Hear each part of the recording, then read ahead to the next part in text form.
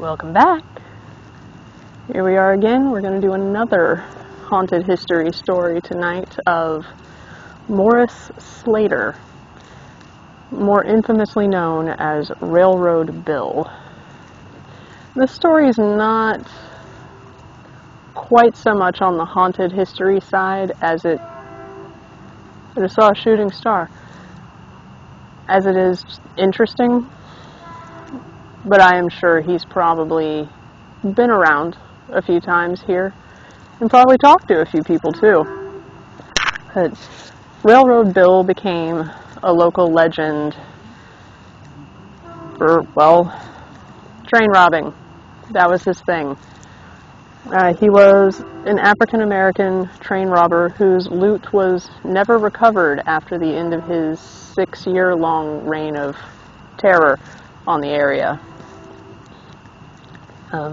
People like to claim that he had superhuman powers, or he was a shapeshifter, or you had to use a silver bullet to kill him because he just kept evading death and evading capture. My theory is he was just really good at hiding, personally. There was a song actually written for him that was by the name of Railroad Bill. I currently can't remember who wrote it, but I'm pretty sure you can Google it. His real names and his place of birth still to this day are actually unknown.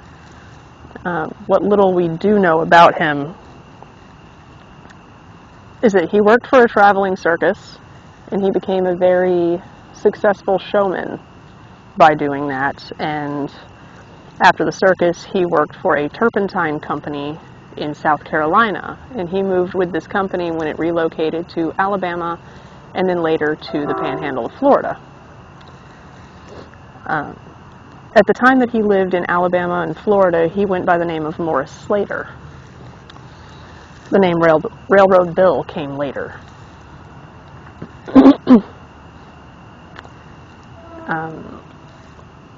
One day, he had stolen a ride on a train from the L&N train company, and a brakeman actually found him in the back of a supply cart, and he threw him from the moving train.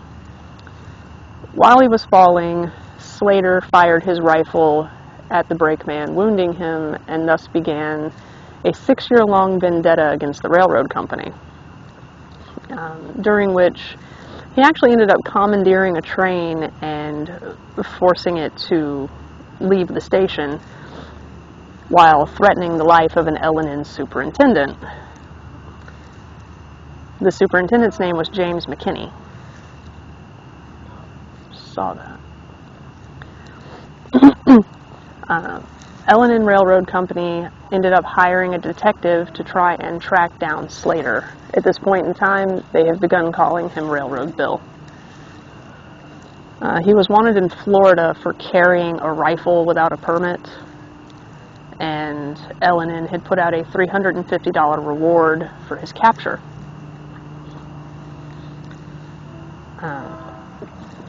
A deputy had found him and tried to arrest him for the carrying of the rifle, and a gunfight ensued, and the deputy was wounded, and the reward was subsequently increased because now the crime has increased.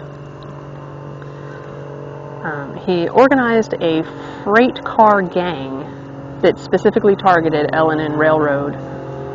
And what they would do is, the night before a heist, they would place a man inside of a freight car, and then once the train began to move the next morning, he would then throw the freight off of the train, and the gang would then collect it. And at this point, it actually started to further Railroad Bill's legend. Hello. Because people started believing that he gave the loot to the poor rather than keeping it, and that's why it was never recovered. He ended up in several more gunfights throughout this 6 years, and the most famous of those was on March 6th of 1895. Sorry, I got notes. I gotta have them or I'll forget my words. A freight crew found him asleep behind a water tower on that day, When they snuck up on him, they took his weapons from him. He ran for a while, and he pulled a hidden revolver from his leg, and he fought them into a section home. Another train arrived at that time, and he jumped on the train and forced the engineer to drive away. He ran out of ammo, and then he leapt from the train and disappeared off into the swamplands, which furthered his legend more because now he's a shapeshifter and he's taken the form of an animal, and that's why nobody could find him. 30 days later, on April 6th of 1895, he was in another gunfight, and he engaged with two men. The men were not injured, but they alerted the L&N detective to Railroad Bill's proximity to the area, and after that, another gunfight took place with a sheriff and the deputy, or a sheriff's deputy, and the deputy was killed. At this point, they increased the reward for his capture to $500. Now, this is 1895 money, so Mark Stinson, who was a friend of Railroad Bill, was recruited as an undercover agent to find him. He was killed by mistake during an ambush where the detective and the sheriffs had set up an ambush in a store that he was supposed to meet Stinson at, and another sheriff's deputy walked in during this staged meeting and mistook Stinson for Railroad Bill and fatally shot him. There was yet another death in July of 1895 at the hands of Railroad Bill, and this was yet another deputy sheriff. After this death, they increased his reward to $1,250. Bounty hunters and more from as far as Chicago started showing up hunting for Railroad Bill. On July 29th of 1895, there were more than 100 men in the area searching for Morris Slater. More speculation of the shapeshifter abilities began circulating because nobody could find him. On March 7th of 1896, Railroad Bill was finally killed in a general store that he frequented in Atmore, Alabama. The store owner had actually set up a trap for him, and once the trap was well on its way, Morris Slater was shot twice at point-blank range by a constable of the area, but some people say it was actually a bounty hunter who ended his life. His body was then taken to Montgomery, Alabama, where it was put on display, and the sheriffs charged people 25 cents to come and look at his body. Shortly after that, he was then moved to Pensacola, Florida, where once again the sheriffs put him on display for 25 cents a view.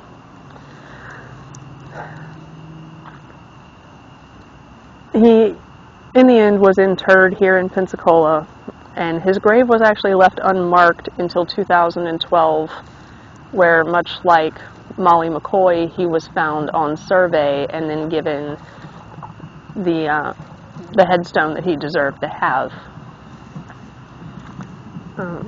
Not really so much a haunted story, but there were some paranormal elements in there. I may be sitting next to the grave of a shapeshifter, for all I know. And I'm pretty sure that I keep seeing something floating around over here. Side note, we've seen shadow people twice since being here tonight. But as always, thank you so much for watching. Thank you for hanging out here with me tonight and, spending your time watching my channel. I appreciate it.